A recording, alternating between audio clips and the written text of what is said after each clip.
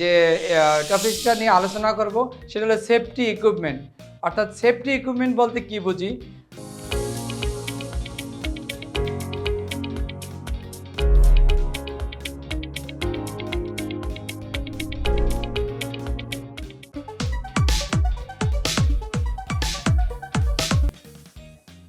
আসসালামু আলাইকুম, আপনারা সবাই ভালো আছেন?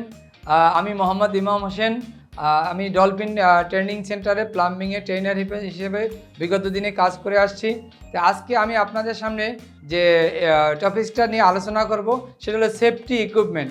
অর্থাৎ সেফটি ইকুইপমেন্ট বলতে কি বুঝি? আমাদের সেফটি ইকুইপমেন্ট বলতে আমরা প্রথমেই একটু জেনে নিই। সেফটি ইকুইপমেন্ট অর্থাৎ সেফটির জন্য যে ইকুইপমেন্টগুলো ব্যবহার করা, অর্থাৎ আমাদের কর্মস্থলে কাজ করতে গেলে যে ইকুইপমেন্টগুলো ব্যবহার করে আমার নিরাপত্তাটা নিশ্চিত করে, অর্থাৎ যে ইকুইপমেন্টগুলো আমার নিরাপত্তা নিশ্চিত করে সেগুলো হলো সেফটি ইকুইপমেন্ট। এখন আমি আপনাদের কিছু সেফটি ইকুইপমেন্টের নাম বলবো, অর্থাৎ কী কী সেফটি ইকুইপমেন্ট আমরা ব্যবহার করি। তার ভিতরে আমি যদি প্রথম নাম বলি তাহলে হ্যান্ড গ্লোভস, তারপর আছে কি হেলমেট, তারপরে আছে সেফটি শু, তারপরে সেফটি বেল্ট, তারপরে অ্যাপ্রন, তারপরে এয়ার প্লাগ, তারপরে মাস্ক, তারপরে সেফটি গগলস, তারপর ফার্স্ট এইড বক্স। অর্থাৎ আমরা এই জিনিসগুলো আমরা সেফটির জন্য ব্যবহার করি। তো এখন আমাদের এই সেফটি ইকুইপমেন্টের কিছু ব্যবহার আমরা জেনে নেব কিভাবে ব্যবহার করি। তাহলে আমাদের যে হ্যান্ড গ্লোভস, অর্থাৎ হাতকে রক্ষা করার জন্য আমরা হ্যান্ড গ্লোভসটা ব্যবহার করি। অর্থাৎ হ্যান্ড গ্লোভস ব্যবহার করলে কাজ করার সময় কোনো ধরনের সিজ বা কোনো ধরনের আঘাত আমার যদি আসে সেটা গ্লোভসের উপর দিয়ে চলে যাবে, আমার হাতের তেমন ক্ষতি হবে না। সেই জন্য কি আমরা হ্যান্ড গ্লোভস ব্যবহার করি। তারপর সেফটি শু, অর্থাৎ সেফটি শুটা আমি কি পায়ে, অর্থাৎ পাকে রক্ষা করার জন্য। অর্থাৎ এই কাজ করতে গেলে, প্লাম্বিং কাজ করতে গেলে ভারী কোনো বস্তু আমার পড়ে যেতে পারে, পড়ে গিয়ে পায়ে যদি লেগে যায় তাহলে সেখানে কি আমার আঘাত লেগে পা ক্ষতিগ্রস্ত হতে পারে। সেকে পাকে রক্ষা করার জন্য আমরা কি করি, এই সেফটি শু ব্যবহার করি। তারপর আমরা আছি সেফটি বেল্ট, অর্থাৎ আমরা যখন প্লাম্বিং কাজে কখনো বিল্ডিংয়ের বাইরে কাজ করব, ঝুলে কাজ করতে হবে। অর্থাৎ ঝুলে কাজ করার জন্য আমরা যে কোনো সময় পড়ে যেতে পারি, আর পড়ে গেলে আমাদের যে কোনো ধরনের দুর্ঘটনা ঘটতে পারে। সেই জন্য কি আমরা যদি সেফটি বেল্ট ব্যবহার করি, আমরা যদি পড়েও যাই যে কোনো সময় ঝুলে থাকবো, অর্থাৎ অ্যাক্সিডেন্টটা হবো না। সেই জন্য আমাদেরকে বিল্ডিংয়ের বাইরে বা কোথাও উঁচু স্থানে কাজ করতে গেলে এই সেফটি বেল্টটা ব্যবহার করতে হবে, অর্থাৎ নিজের নিরাপত্তার জন্য।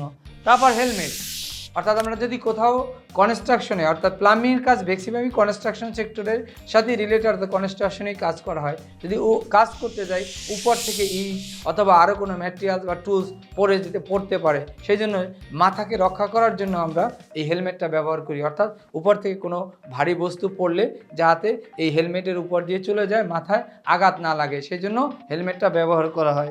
তারপর অ্যাপ্রন, অর্থাৎ অ্যাপ্রন কি, অর্থাৎ কাজ করার সময় ধুলাবালি, ময়লা, যে কোনো কেমিক্যাল বস্তু আমার শরীরের ভিতরে লেগে আমার পোশাক বা চর্ম বা যে কোনো ধরনের রোগ হতে পারে, সেই চর্মরোগকে প্রতিরোধ করার জন্য অর্থাৎ আমরা এই অ্যাপ্রনটা ব্যবহার করি। আর অ্যাপ্রন ব্যবহার করলে ধুলাবালি এবং অনেক কিছু থেকেই আমার শরীরকে রক্ষা করা সম্ভব হয়।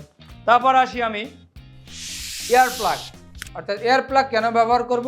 যদি বিল্ডিংয়ে কোনো শব্দ বা কোনো ওয়ার্কশপে কাজ করি, অতিরিক্ত শব্দের ফলে আমাদের কানের ভিতরে সমস্যা তৈরি হয়। সেই জন্য আমরা যদি এয়ার প্লাগ ব্যবহার করি তাই এই সমস্যাটা আমাদের তৈরি হবে না।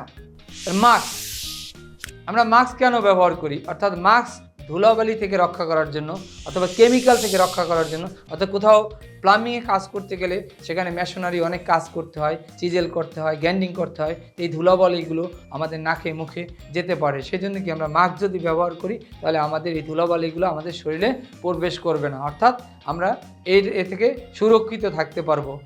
সেফটি গগল, অর্থাৎ সেফটি গগলসটা কেন ব্যবহার করি? অর্থাৎ আমাদের চোখকে রক্ষা করার জন্য। অর্থাৎ আমরা ওয়ালে কাজ করতে গেলে যে কোনো ধরনের ইটের টুকরা বা যে কোনো বালু আমাদের চোখে ঢুকতে পারে, অর্থাৎ চোখে ঢুকলে চোখটা যে কোনো সময় নষ্ট হয়ে যেতে পারে, অর্থাৎ অন্ধ হয়ে যেতে পারে, আর চোখে নাও দেখা হতে পারে। সেই জন্য কি এই চোখকে রক্ষা করার জন্য এই সেফটি গগলসটা ব্যবহার করা হয়। তারপর ফার্স্ট এইড বক্স, অর্থাৎ ফার্স্ট এইড বক্সটা কেন ব্যবহার করি?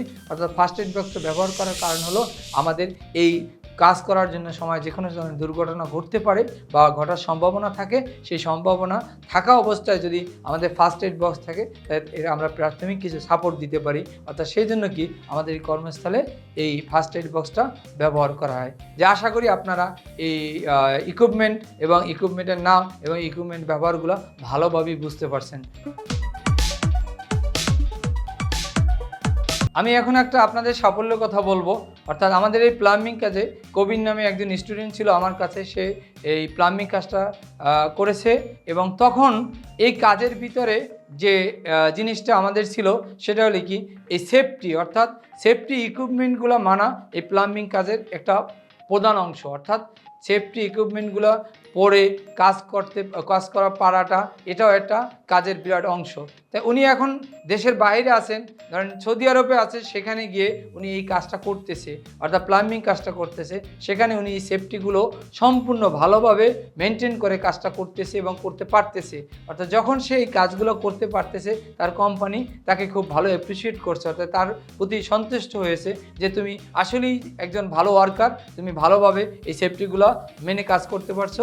অর্থাৎ তোমার জীবনে যেন কোনো দুর্ঘটনা না ঘটে সেটা সম্পর্কে তুমি সচেতন। অর্থাৎ প্রত্যেকটা কাজ করার আগেই আমাদের এই সেফটি ইকুইপমেন্টগুলো যথাযথভাবে ব্যবহার করতে হবে। অর্থাৎ যথাযথ ব্যবহার করলে নিজেকে রক্ষা করা যায় এবং যে কোনো বিপদ থেকে মুক্ত হওয়া যায়। তো উনি ওইখানে এই সেফটিগুলো কাজ করার ফলে ওর কোম্পানি খুশি হয়ে তাকে তার আরও প্রমোশন দিয়েছেন এবং সে বলছে তুমি এভাবে নিয়মকানুন মেনে কাজ করতে পারলে তা আমরা তোমাদের দীর্ঘদিন এখানে কাজ করার সুযোগ দেব।